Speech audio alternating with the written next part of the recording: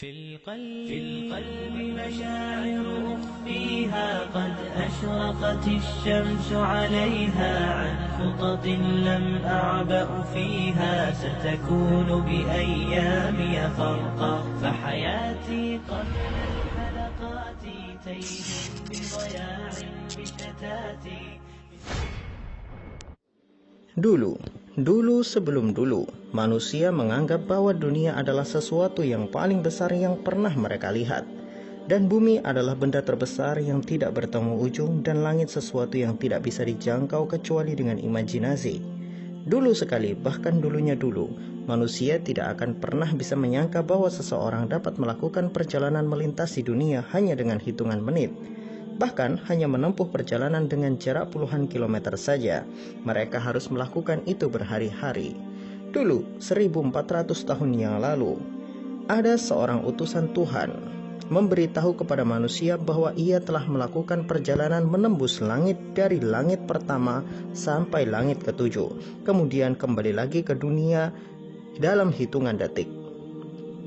Ya, ini adalah sesuatu yang sangat luar biasa sekali. Bisa dibayangkan betapa nyinyirnya orang-orang yang menjadi musuhnya pada saat itu. Mereka bersorak-sorai mengatakan Nabi Muhammad SAW itu adalah orang gila, sinting, kurang waras, menghayal, dan lain sebagainya. Hanya Abu Bakar yang setia menemani Rasulullah SAW. Bahkan ketika Abu Bakar ditanya tentang perjalanan Rasulullah SAW itu, Abu Bakar menjawab, bahkan jika Rasulullah mengabarkan sesuatu yang lebih hebat dari itu, aku akan percaya. Dia adalah utusan Tuhan yang menciptakan langit. Maka sudah pasti Tuhan bisa melakukan hal yang menurut kita tidak mungkin. Pada saat itu hanya iman yang bisa menjadi jawaban bagi kaum muslimin. Tidak ada sesuatu apapun yang bisa menjelaskan bagaimana dan dengan cara apa Rasulullah SAW naik ke langit yang paling tinggi kemudian kembali lagi dengan waktu yang sangat singkat. Bahkan menurut riwayat, tempat tidur Rasulullah SAW masih sangat hangat. Artinya perjalanan Isra dan Mi'raj itu lebih singkat dari 1 menit. Ini adalah sesuatu yang sangat luar biasa. Perjalanan bermiliar-miliar tahun cahaya tetapi dilakukan dalam hitungan detik menurut manusia selain Rasulullah SAW. Bisakah sains menjelaskan tentang hal ini? Jawabannya adalah bisa, tetapi benar atau tidaknya, ya inilah yang bisa dijelaskan oleh sains. Saya akan gunakan pendapat Albert Einstein. Kisah menarik dari seorang Einstein adalah ketika ia dianggap gila karena teori relativitasnya. Menurut Einstein, segala sesuatu tidak memiliki sifat tetap, tetapi relatif dan mengalami perubahan. Ruang dan waktu adalah dimensi yang bisa dihitung dan bisa diukur. Teori relativitas terdiri dari 2 teori fisika, yaitu teori relativitas umum dan teori relativitas khusus. Teori relativitas khusus sendiri adalah teori yang menggambarkan perilaku ruang dan waktu dari perspektif pengamat yang bergerak relatif terhadap satu sama lain dan fenomena yang terkait dengan itu. Ya, mungkin ada yang bertanya mengapa Mimin yang bukan orang fisika tetapi banyak paham tentang fisika. Ya, soalnya istrinya Mimin anak fisika, jadi tinggal kursus sama istri aja, gampang kan? Kembali kepada materi. Einstein menerangkan bahwa tidak ada sesuatu yang mutlak dalam kehidupan ini.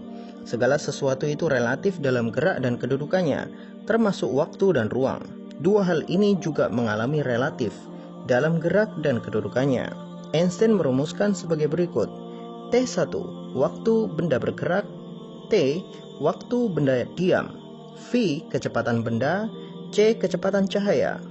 Einstein menjelaskan bahwa perbandingan nilai kecepatan suatu benda dengan kecepatan cahaya akan berpengaruh pada keadaan benda tersebut. Jika semakin dekat nilai kecepatan suatu benda dengan kecepatan cahaya, semakin besar pula efek di dalamnya. Hal ini akan menghasilkan perlambatan waktu. Kemudian, jika kecepatan benda menyamai kecepatan cahaya, maka benda akan sampai pada titik 0, yaitu tidak terpengaruh oleh waktu.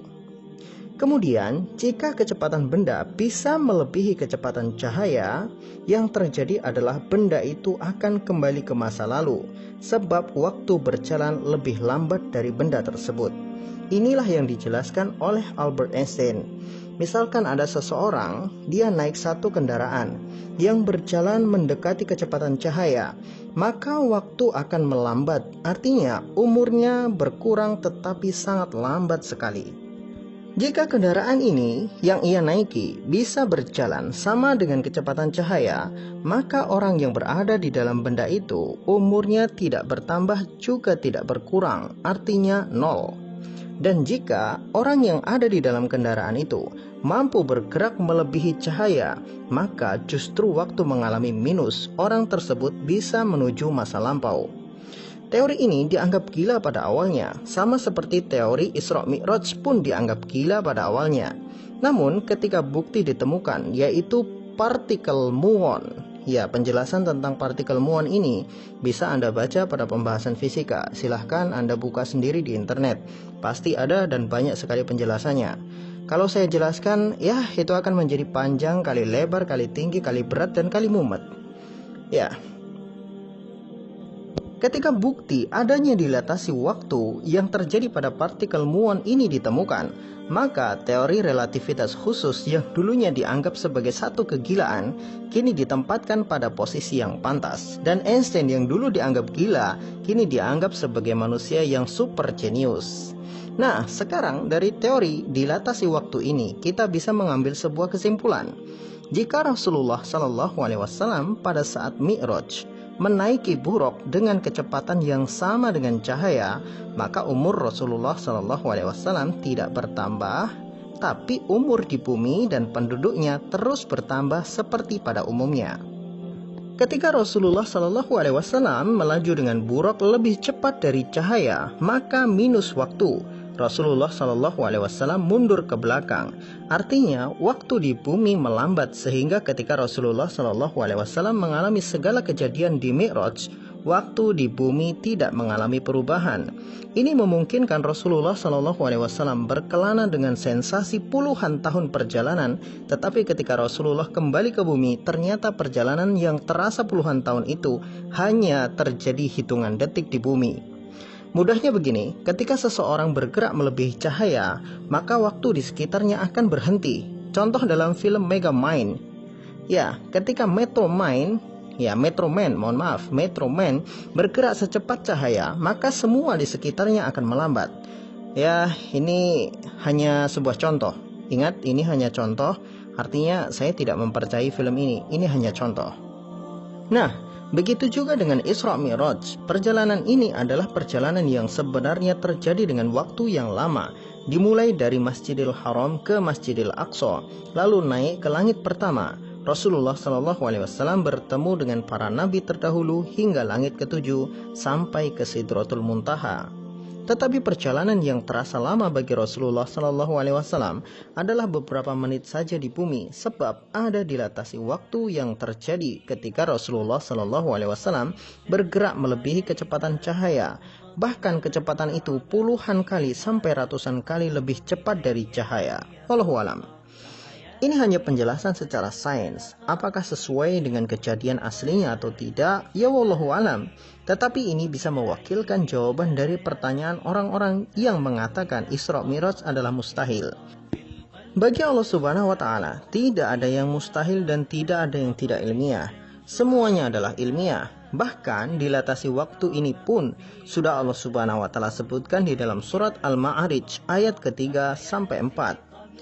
Dari Allah yang memiliki tempat-tempat naik. Para malaikat dan Jibril naik menuju kepada Tuhan dalam sehari yang setara dengan 50.000 tahun. Jadi jelas sekali bahwa semua yang terjadi di dalam Al-Quran adalah ilmiah dan bisa dibuktikan secara ilmiah. Bagi umat Islam, hari ini harusnya tidak perlu lagi meragukan kisah ini. Ingat baik-baik bahwa manusia mampu menciptakan pesawat supersonik yang mampu meluncur dengan kecepatan 2 kali kecepatan suara.